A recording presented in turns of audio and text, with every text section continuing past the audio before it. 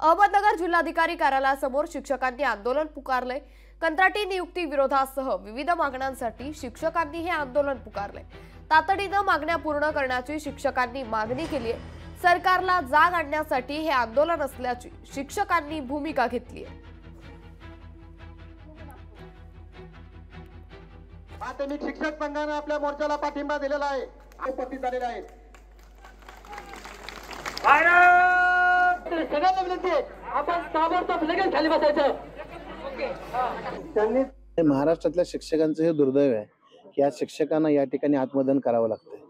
गेल्या 56 दिवसापासून आम्ही या ठिकाणी बसलेलो आहोत, कोणत्याही प्रकारची दखल या शासनाने घेतलेली नाही। याचं कारण एवढंच आहे की 12 जुलैला 2024 रोजी घोषणा झाली की टप्पावाढीचा निर्णय झाला, परंतु मंत्रिमंडळाच्या बैठकीमध्ये त्यांनी निर्णय घेतलेला नाही आणि जो पण मंत्रिमंडळाच्या बैठकीत निर्णय होत नाही तो पण शासन निर्णय होऊ शकत नाही।